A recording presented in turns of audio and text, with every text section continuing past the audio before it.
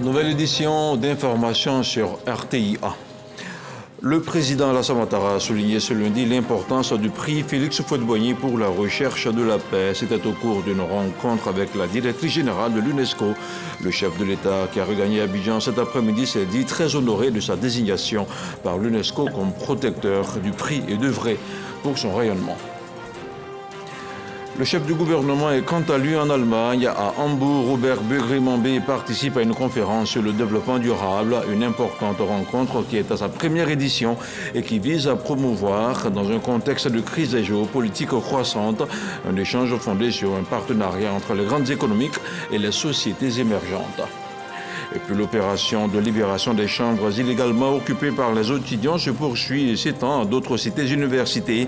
Elle est supervisée par des responsables du ministère de l'Enseignement supérieur et de la Recherche scientifique et ceux du Centre régional des œuvres universitaires. Dans le viseur des autorités, les cités Mermoz, les cités Rouges et celle de la Riviera 2. Bonsoir à tous. On démarre cette édition avec l'agenda du chef de l'État. Le président Alassane Ouattara s'est rendu ce lundi au siège de l'UNESCO à Paris. Il s'est entretenu avec la directrice générale de l'institution, Audrey Azoulay. Avec ses hôtes, le chef de l'État a évoqué la prochaine cérémonie de remise du prix Félix Houphouët-Boigny pour la recherche de la paix. Et c'est le président Alassane Ouattara qui vient d'être désigné par l'UNESCO en qualité de protecteur du prix. Tous les détails dans ce récit de Mahama Traoré. Dans un troublé par la guerre et les crises, la Côte d'Ivoire et l'Organisation des Nations Unies pour l'éducation, la science et la culture, UNESCO, continuent d'entretenir l'espoir avec le prix Félix Houphouët-Boigny pour la recherche de la paix. Ce lundi, au siège de cet organisme onusien à Paris, le président Alassane Ouattara a échangé avec Audrey Azoulay, la directrice générale, en présence des membres du jury du dit prix. Principal sujet évoqué lors de ces échanges, la prochaine cérémonie de remise du prix qui aura lieu en 2025. Il est acquis que l'événement se tiendra en Côte d'Ivoire. En attendant, le jury, présidé par l'ancien patron du Fonds monétaire international Michel Camdessus, s'active à désigner le ou les lauréats de l'édition 2024, un jury qui dit travailler dans le respect du souvenir du président Félix Houphouët-Boigny qui a voulu ce prix. Fait marquant ressorti de cet entretien, le président Alassane Ouattara est désormais désigné en qualité de protecteur du prix Félix Houphouët-Boigny pour la recherche de la paix. Selon Audrey Azoulay, cette nomination traduit bien l'attachement particulier du chef de l'État ivoirien à ce prix majeur pour la paix. Félicitant le jury pour la qualité et la rigueur du travail abattu, le président Alassane Ouattara s'est dit honoré de cette fonction qui lui est confiée et rassure du soutien de la Côte d'Ivoire pour le rayonnement de ce prix. À cet effet, il rassure que le pays mettra tout en œuvre pour faire de la prochaine cérémonie de remise du prix une réussite, à l'image de celle organisée à Yamoussoukro en février 2023. Notons que le prix Félix Houphouët-Boigny pour la recherche de la paix honore les personnes vivantes ou organismes en activité ayant contribué à la promotion, à la recherche, à la sauvegarde ou au maintien de la paix. Angela Merkel, ancienne chancelière allemande, est la précédente lauréate de cette prestigieuse distinction. À l'issue de cette visite au siège de l'UNESCO, le président Alassane Ouattara a regagné Abidjan en début de soirée, ce lundi.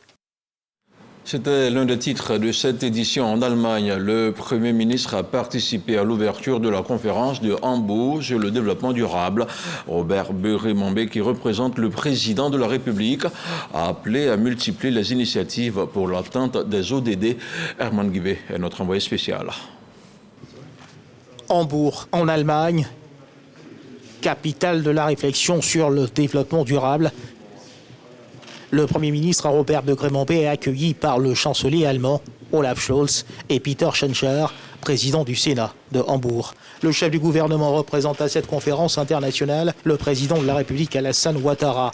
La conférence débute dans quelques instants. Les délégations se signalent. La Handelskammer, chambre de commerce de Hambourg, affiche complet. Aux premières loges, le Premier ministre Robert Begré-Mambé, à ses côtés Mia Mottley, première ministre de Barbade, Nangolo Mbumba, président de la Namibie, à l'extrémité le chancelier allemand Olaf Scholz. Dès l'entame de cette conférence, Les décideurs politiques internationaux et dirigeants mondiaux sont invités à aborder les problèmes de durabilité les plus urgents et à travailler sur des solutions évolutives. Le chancelier allemand Olaf Scholz monte à la tribune. Lutte contre la pauvreté, conflit israélo-palestinien, conflit russo-ukrainien, recours aux énergies renouvelables, toutes ces questions sont passées en revue par le chef de l'autorité allemande. Comment les institutions financières multilatérales peuvent-elles favoriser les progrès vers la réalisation des ODD? La question est tout de suite adressée au cours du premier forum qui aborde le renouvellement de l'architecture financière internationale, forum qui voit la participation de panélistes de haut niveau. La problématique de développement a été posée sur la base suivante. D'ici 2050, il y aura plus de 10 milliards d'habitants sur notre planète.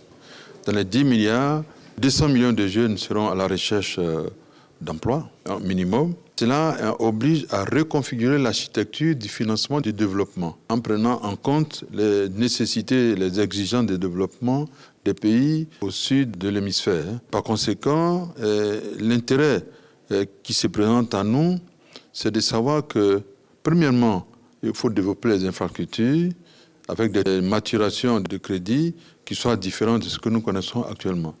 Deuxièmement, il faut tenir compte des changements climatiques qui peuvent bouleverser les prévisions. L'Afrique produit moins de 7% des gaz à effet de serre. Par contre, subit près de 60% des agressions climatiques. Par conséquent, il y a une équation à trouver entre cette réalité. Désormais, les financements doivent s'appuyer sur un mécanisme nouveau qui donne la possibilité à l'Afrique de promouvoir les infrastructures, de s'occuper de la jeunesse, des hommes, des femmes, de s'armer contre les changements climatiques qui pourraient bouleverser nos économies. Les mécanismes de financement doivent s'appuyer aussi sur le crédit vert. Et là, il y a toute une panoplie de mécanismes qu'il faut savoir déployer. Le FMI, la Banque mondiale, les pays comme l'Allemagne, les grands pays occidentaux sont prêts à accompagner tout le processus. Ça a été tout l'intérêt de la séance inaugurale et nous avons vraiment apprécié la bonne volonté du chancelier allemand qui est décidé à apporter la contribution de l'Allemagne à tous les processus nouveaux qui se dessinent dans une perspective d'accompagnement et de consolidation des acquis et des performances des pays comme la Côte d'Ivoire et bien d'autres pays africains dont les économies sont solides. Première étape de cette conférence achevée, les chefs d'État et de gouvernement posent pour la postérité à l'agenda du chef du gouvernement sa participation à un panel portant sur les voies et moyens qu'il convient d'observer afin de conduire l'Afrique sur les chemins de la prospérité. Toujours en Allemagne, le Premier ministre a participé à un panel sur les ODD. Les réflexions ont porté sur les actions à engager pour conduire l'Afrique sur les chemins de la prospérité. Des discussions qui ont permis aux participants de mettre en lumière les difficultés rencontrées par leur pays, notamment dans le domaine de l'éducation et de l'emploi des jeunes. À suivre le compte-rendu complet d'Herman Guivet dans nos prochaines éditions. Le monde francophone, notamment les élus municipaux, sont présents à Paris. Ils se mobilisent en faveur de la préservation de l'écosystème arboricole dans les villes. À ces assises, Anne Hidalgo, la maire de Paris, a invité le Premier ministre. Robert Beugry-Mambé était représenté par le ministre des Eaux et Forêts, Laurent Kagba. On retrouve Franck Quadio pour son compte-rendu. À Paris, les maires francophones sont en assise sur invitation de leur présidente Anne Hidalgo, première élue municipale de la capitale française. Le défi, réfléchir sur les conditions d'action commune pour la préservation de l'écosystème arboricole dans les villes. Paris a une légitimité, c'est peut-être d'aider, en tous les cas de proposer que nos sujets soient reconnus, entendus et que la mobilisation de tous les acteurs se fasse. C'est très important pour moi de vous dire ça parce que parfois on pourrait dire mais que vient faire Paris dans ce sujet-là? De meilleures politiques forestières à même de juguler la pollution en milieu citadin et même au-delà, mais aussi la question du financement. Les élus du monde francophone ont ébauché de multiples préoccupations, mis en parallèle avec les propositions d'organismes de soutien tels l'AFD présent à ces réflexions de Paris. L'Agence française de développement investit 30 millions d'euros aux côtés de la Côte d'Ivoire dans un programme de restauration de la forêt, de la lagune d'Agien et de la rivière Mai. Et puis nous avons également les maires de villes africaines avec lesquelles nous travaillons. Je voudrais quand même rappeler à toutes fins utiles que le Gabon, c'est 80% de forêt. Avec toutes les agressions possibles, c'est bien de participer à ce genre de forum pour essayer d'échanger avec les autres, pour essayer de trouver des solutions collectives. La Côte d'Ivoire, dont la voix fait écho en matière de politique forestière et environnementale, est aux premières loges. Le ministre des Eaux et Forêts, représentant le chef du gouvernement Robert Begré-Mambé, situe les enjeux pour la Côte d'Ivoire d'une telle activité. Aujourd'hui, de plus en plus, il faut prendre en considération le fait que les villes sont des espaces qui produisent énormément de gaz carbonique. La meilleure façon de les séquestrer, c'est de sensibiliser les maires, comme l'AMF, qui est la fêtière de tous les maires francophones, a pu développer ce thème. Et il est question de pouvoir réfléchir là-dessus et élaborer un programme pour que ça soit financé, pour pouvoir faire le plaidoyer à la COP 30. Et c'est pourquoi nous sommes venus ici pour pouvoir le préparer. La 3e édition des assises de l'Association des maires francophones à Paris a lieu après celle d'Abidjan, dont le thème était « Protéger et restaurer les milieux naturels dans et autour des villes ». Place à présent à ce qui fait l'actualité en Côte d'Ivoire suite à l'homicide d'un étudiant de la Fédération estudiantine scolaire, la FESI. Le procureur de la République a produit un communiqué. Il est lu par Jean-Marc Djadji. À la suite de l'homicide dans la nuit du 29 au 30 septembre 2024 de Déagoé Mars Aubin, alias Général Sorcier, le nommé Camboussier, secrétaire général de la FESI mis en cause et convoqué par la direction de la police criminelle, s'est présenté dans les locaux de la police avec les nommés Nyonsoro Aubin Cédric, Yapo Aléchi Yves Laurel, Assalé Bonaventure, Assalé Thierry, Cramo Balo Eric Herman, armés de gourdins et de machettes. Les surnommés ont tous été interpellés et conduits avec le nommé Sidibé Abdul Karim, alias Ladji Sidibé, devant le procureur de la République d'Abidjan. Une information judiciaire a été ouverte au cabinet de Madame le doyen des juges d'instruction à leur encontre, selon leur participation pour les faits d'accusation, pour les faits d'association de malfaiteurs, d'assassinat sur la personne de Déagoé Mars Aubin, alias Général Sorcier, et les faits de complicité d'assassinat et de coups mortels sur la personne de Djomandé Khalifa. Ils ont tous été placés sous mandat de dépôt. Le procureur de la République informe l'opinion nationale qu'avant le meurtre de Déagoé Mars Aubin, une procédure était en cours à son parquet à la suite d'une plainte de M. Ibrahim Djomandé contre les nommés Assi Benyé dit Toumba, Ogou Franck Eric dit Katanga et Sawadogo Haroun dit Sundiata, tous membres de la FESI, après la mort de son jeune frère Khalifa Djomandé, 30 ans, étudiant en Master 2 de criminologie et également membre de la FESI. Selon les premiers éléments de l'enquête, Assi Benyé, mécontent de l'issue d'une affaire d'obtention de bourse universitaire, aurait demandé à Ogou Franck Eric de traiter Khalifa Djomandé, ce qui fut fait avec le concours de Sawadogo Haroun. Ogou Franck Eric et Sawadogo Haroun tendaient un guet-apens à Khalifa Djomandé, l'immobilisaient et le faisaient conduire à l'arrière de l'école normale supérieure ENS, où il était sérieusement battu. Il était ensuite transporté par ses bourreaux au CHU de Cocody. Victime de plusieurs traumatismes, Khalifa Djomandé recevait des soins avant d'être libéré par les agents de santé et conduit à son domicile dans un état critique par Djaka Djakone, un membre de la FESI. Il y décédait le 29 août 2024. Interpellé dans le cadre du meurtre de Déagoé Mars Aubin et interrogé sur la mort de Khalifa Djomandé, Camboussier a déclaré que Khalifa Djomandé, alias Major, avait reçu un coup mortel lors de la bastonnade du nommé Iri Bidjo, un étudiant dissident de son organisation, et que les auteurs de cette bastonnade sont des membres de la dite organisation, dont Danho Kamel Junior alias Kada, qu'il désigne du reste comme étant celui qui a porté le coup mortel. Lors de son audition, Nyonsoro Aubin Cédric a soutenu quant à lui qu'aucun crime ne peut être commis dans le milieu de la FESI sans que le nommé Camboussier n'en soit informé. Dans le cadre des procédures en cours, les nommés Konan et Syriac, dit Yanko, Kwesi Toti Joël, dit non coupable, Assi Benye dit Tumba, Ogo Frank Eric dit Katanga, Sawadogo Haroun dit Sundiata, Gbayere Bessou Prince dit président et Danho Kamel Junior alias Kada, tous membres de la FESI, sont activement recherchés. Le procureur de la République tient à rassurer la population et particulièrement les familles des victimes quant à la détermination de son parquet à faire toute la lumière sur ces faits graves et à faire subir la rigueur de la loi pénale à tous les auteurs et complices. Toujours dans le milieu de l'université, une vaste opération de libération des chambres et des sites universitaires, de sites illégalement occupés, a été lancée depuis le samedi dernier. Et si elle a débuté au campus de l'université Félix Houphouët-Boigny de Cocody, elle s'étend désormais à d'autres cités universitaires de la commune de Cocody. L'opération est supervisée par le Centre régional des œuvres universitaires, assisté de forces de l'ordre. Les précisions de Jean-Marc Djadji. Ce mur de la cité universitaire Mermoz de Cocody subit les coups de la lame frontale de ce bulldozer. Un marché sans autorisation jouxtait la clôture. Nous sommes à l'opération de libération des chambres et sites illégalement occupés sur les campus universitaires débutée le samedi dernier.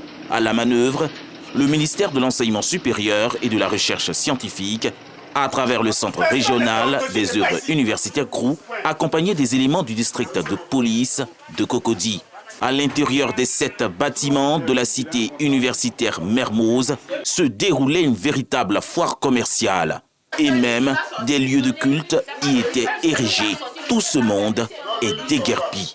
Depuis 2019, vu que même si moi je suis arrivé en 2021 pour gérer la boutique, je suis venu trouver des frères ici. Maintenant, ils sont partis, c'est moi je suis le gérant de la boutique. Mais le propriétaire lui-même, il est là, il vient ici chaque jour. Le déguerpissement des sites universitaires illégalement occupés, initié par le ministère de tutelle, ne laisse pas les étudiants indifférents. Illégalement ou légalement installés, les étudiants font des suggestions au gouvernement. J'étais à Songon et il fallait me rapprocher bien évidemment de mon école. C'est dans cette optique-là que j'ai contacté un ami qui est ici à la cité Mermoz. Et après échange, c'est lui qui m'a donné l'information comme quoi, pour avoir une chambre ici, il fallait avoir recours bien évidemment à la FESI. Ce sont eux qui géraient les chambres ici à la cité Mermoz.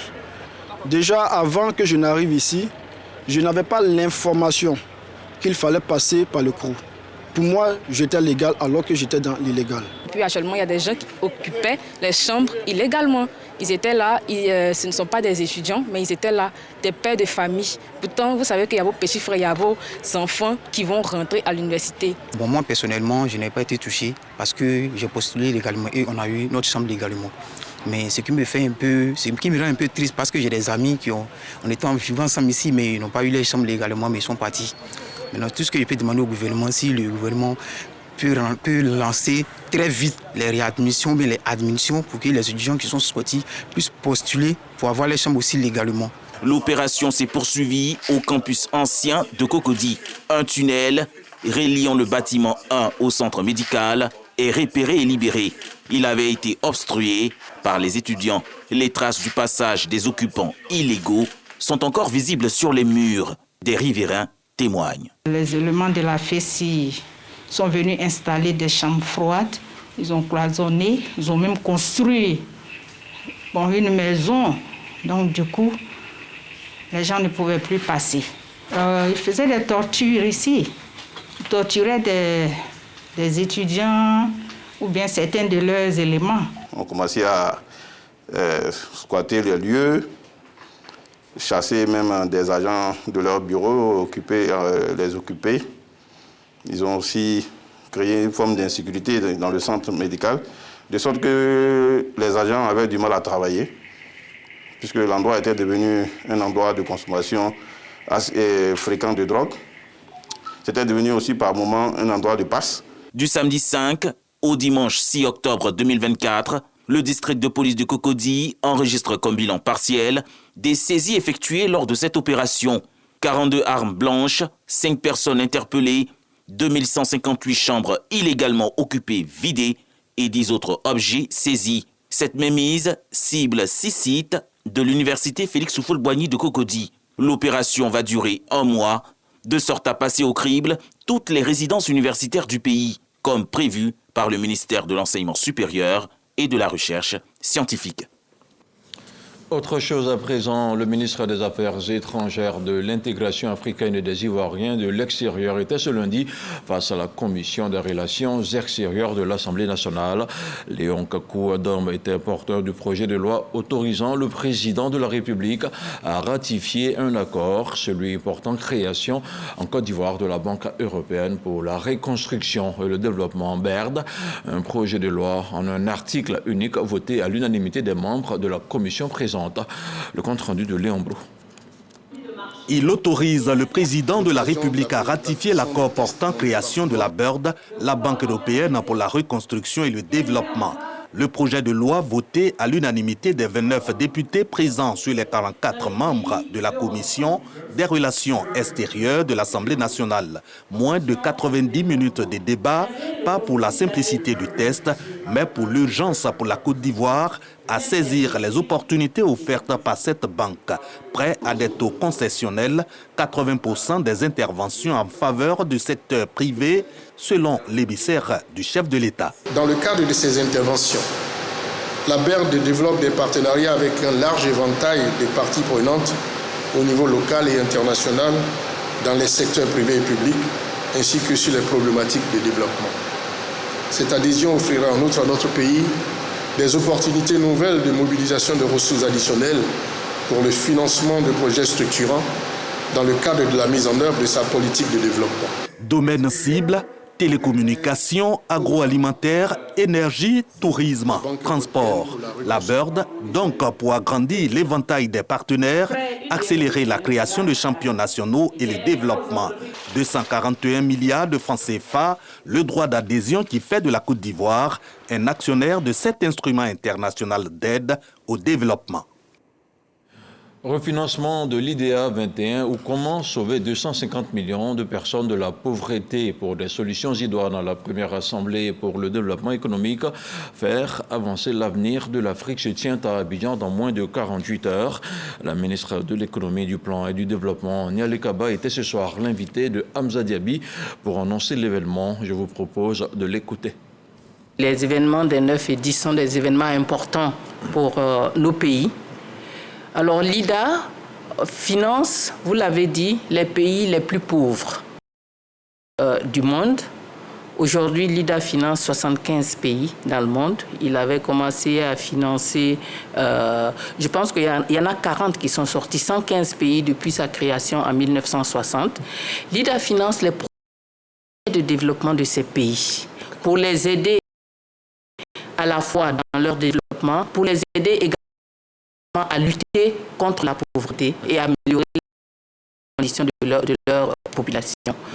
Si nous voulons être plus précis, on peut dire que l'IDA finance des projets d'infrastructure, l'énergie, les routes, le transport.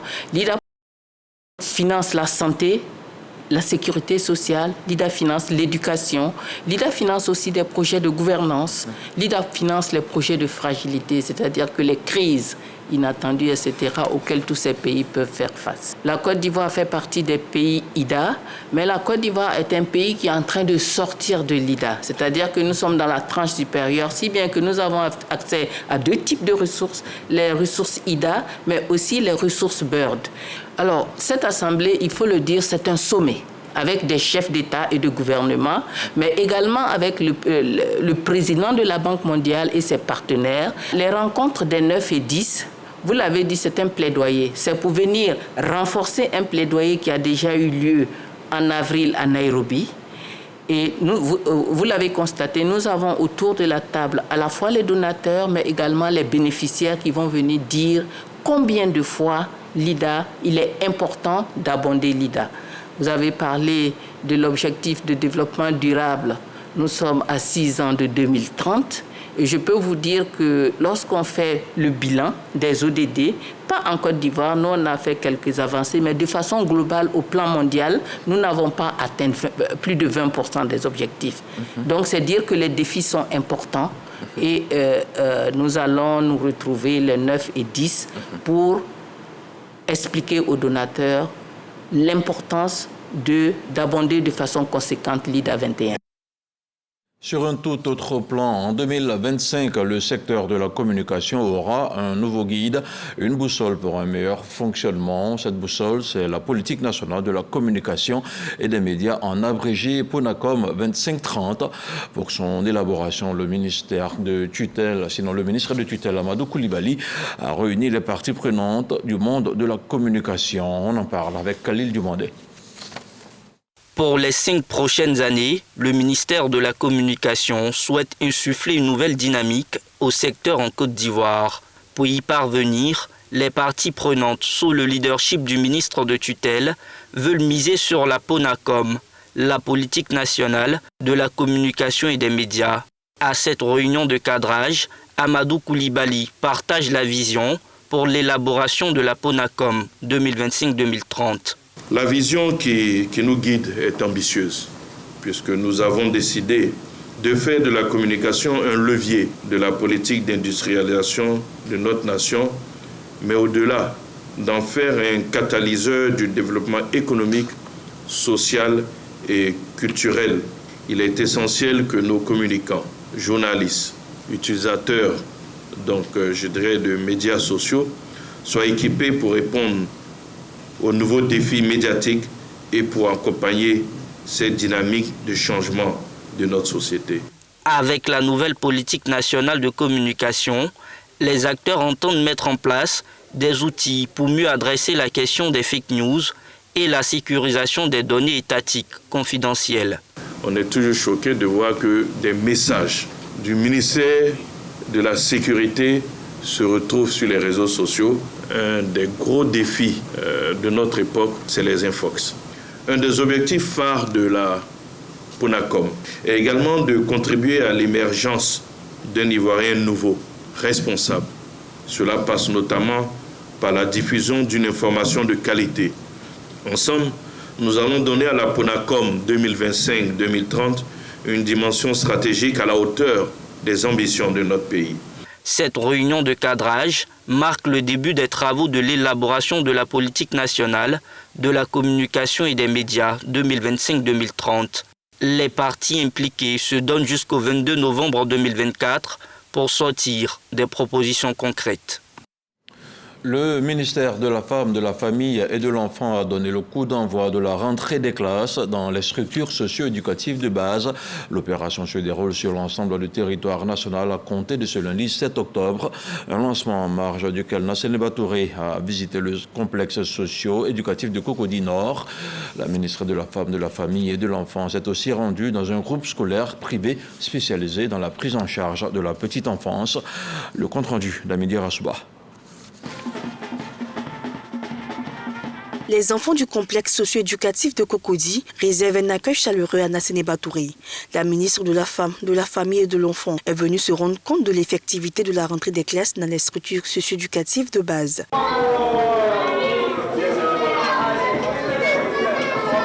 Je suis contente d'être à l'école. Merci à la ministre. De la petite à la grande section, en passant par la salle de remédiation cognitive et celle de la rééducation fonctionnelle et psychomotrice, Nassene Batouré a fait le tour de l'établissement.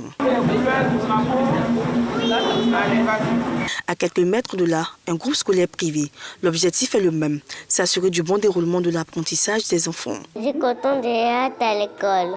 J'ai préféré venir déposer à la crèche parce que je me sentais plus rassurée en fait. La ministre de la Femme, de la Famille et de l'Enfant a exprimé l'engagement du gouvernement à mettre tout en œuvre pour des programmes adaptés au développement des enfants. Dans ces centres-là, à part la prise en charge des enfants normaux, des enfants nés aussi avec handicap ont aussi leur place ici pour être intégrés à la même période, au même moment avec les enfants normaux.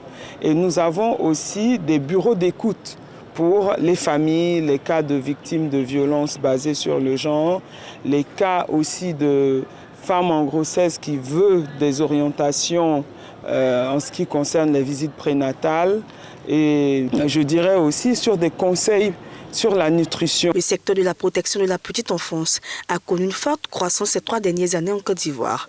Le nombre de structures publiques est passé de 245 en 2022 à 291 en 2024, soit une hausse annuelle moyenne de 9%. De même, le nombre d'enfants pris en charge a connu une augmentation de 7%, passant d'environ 19 000 enfants en 2022 à plus de 23 000 enfants en 2024.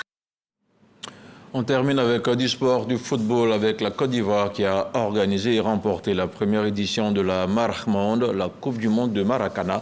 Les éléphants se sont imposés sur le score de 3-0 en finale face au Bénin hier dimanche. La Côte d'Ivoire devient ainsi la première nation championne du monde de Maracana. Le compte-rendu de Ngamble Konaté et Arsène Kwasi. Les éléphants maracanieux sont sur le toit du monde. Guidés par le génial Assandi Kablan, les Pachidem ont honoré leur rang en remportant brillamment la première édition de cette grande messe du Maracana mondial aux dépens du Bénin. Devant leur public, les éléphants prennent rapidement la pleine mesure de leur adversaire en inscrivant 2 buts en 5 minutes grâce à William Assandi Kablan et Loseni Kone. Au deuxième tiers-temps, Serge Nyang creuse l'écart sur penalty, 3-0 score final. En plus du bel objet d'art, les éléphants empochent la somme de $80 000, soit 48 millions de francs CFA. Quant au Bénin vice-champion, il repart avec $40 000, soit 24 millions de francs CFA. Le Brésil, quart de finaliste, s'est vu attribuer le prix CFA, convivialité, fraternité et amitié. Le prix du meilleur buteur est revenu au Béninois Séverin Afouda, auteur de 8 buts. Ce sont au total $153 200, soit près de 100 millions de francs CFA qui ont été distribués aux meilleurs acteurs de cette phase finale de Coupe du Monde. Les regards sont désormais tournés vers le Cameroun, pays hôte de la 2e édition de la Marachmonde prévue en 2026. Et c'est la fin de ce journal préparé par l'ensemble de la rédaction de RTI1. On se retrouve demain à 23h. Bonsoir.